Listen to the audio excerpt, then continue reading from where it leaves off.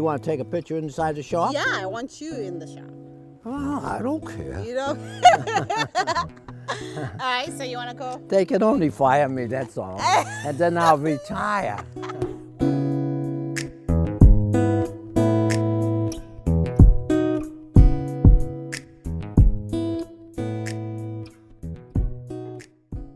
Victor Musto, who to everybody is known as Mickey, is just another happy employee at a moving company in West Wareham, world checker and son. It's just another day at the beach, that's all I do. I'm in charge of working on trucks like I'm working on that one over there right now. In 1991, at the age of 64, Mickey attempted retiring, but then he found it tedious and so decided to go back to what he knows best.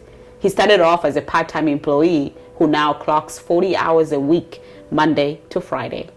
I decided to go back to work. I got tired of hanging around. What do you mean hanging around? What were you doing that was so terrible that you said, oh, I gotta go back to work? I had to have something to do.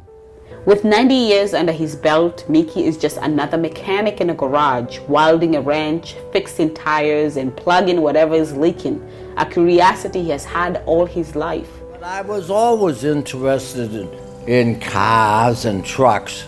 You know, people used to come, and the first thing I used to do was open the hood to see what's under there. And I was always interested in motors and stuff. Being born in 1927, the evolution of cars isn't the only change that Mickey has witnessed.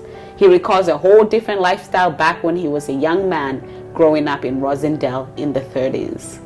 I remember the WPA when it came up there in the mid-30s. You know, this was the work program that President Roosevelt put together to help people put work. I woke up one morning and there must have been 500 people out in the street, digging up the street, because we had no street and no sidewalk where I was at. And so the WPA come up there and they graded the street. They gave us one sidewalk and they gave us two lampposts, lights. In those days, the lamppost was gas. So you know what that meant? Someone had to light it and someone had to shut it off. So they had what they call lamplighters, and these guys used to drive around every day with a little ladder, and when it got dark, they'd go up and they'd light the lantern. And in the morning, they would shut it off. Mickey also remembers many foreign wars during his time. During the Second World War, Mickey dropped out of high school so that he could serve his country, working in a shipyard. And I worked on the dryways. And the dryways is where they start the ship at the keel. And that's where we were. I was helping putting the oil lubrication lines in there. And they sent me to Quincy High School for 3 weeks, shipyard did. So that I can learn the different pipe fittings and the different terminology of this and how to follow a blueprint. But I was just a helper. I didn't have to do much of that stuff, but I used to go and get all the parts for the guys. Later on, like his brothers, Mickey was drafted into the army. I got drafted in World War II.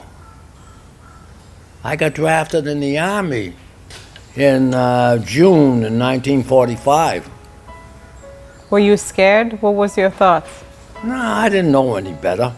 You know, what's someone you're 18 years old, you don't know. Mickey has many stories and he recalls all of them, such as how he finally earned his first car.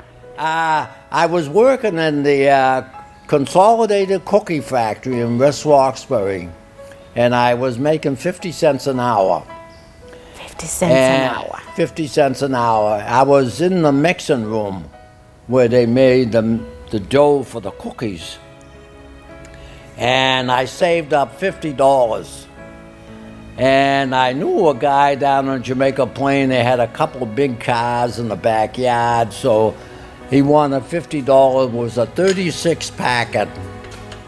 And so I went down there with my $50 and I bought the car. He gave me a push with his pickup truck and I drove it home. One thing that Mickey acknowledges is that fixing cars isn't what it used to be. If anything, he finds the art of it much more complicated nowadays. Look at the cars, how they change. I mean, look how these trucks change. They're crazy. I mean, I'm used to the old days when you open the hood, you could fix something. Today, look at all this junk. I mean, you gotta have a computer to tell you what to fix. Every one of these trucks you plug in, just like they plug your car in when you get an inspection sticker. Mm-hmm. We have to plug it in and see, well, what's broken today? And back in those days, you didn't have They're to. gone. The old days, I used to open the hood and listen, oh, that's that or that's that, and then fix it. Can't do it no more. At 90, Mickey has survived his parents, 3 brothers, and a sister, including his first wife. My first wife died quite a while ago. She had stomach cancer and it did her in. Of course, I got married again. Who wants to live alone? You know, I don't know about you. But, you know, you need companionship. Yeah. Especially at my age. And she does everything for me. She cooks my meals, she washes my clothes, she takes care of me, she gives me orders. And, you know, she's my second sergeant. His secret behind a healthy long life? Well, Mickey credits his mom, who lived to be 103 years old. And 103 is a long time. Just like 90 is a long time. Does it feel like a long time? No. What does it feel like? I mean, I find it hard to believe that I'm 90. And I don't feel 90. What do you feel like? I don't know, I'm younger.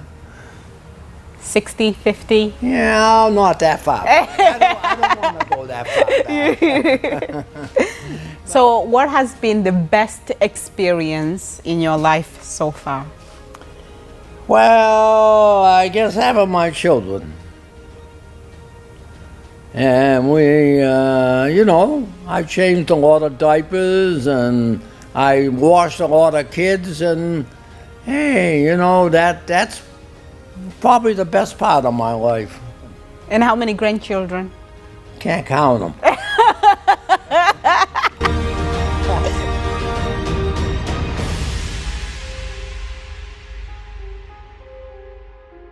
I had a good ride. I ain't complaining. And I'm still not complaining. Why should I? God's been good to me. Right? Right. And you got to believe in something. So why not? That's what I say. What do I got to lose? Nothing. I got something to gain. And that's how you have to look at it.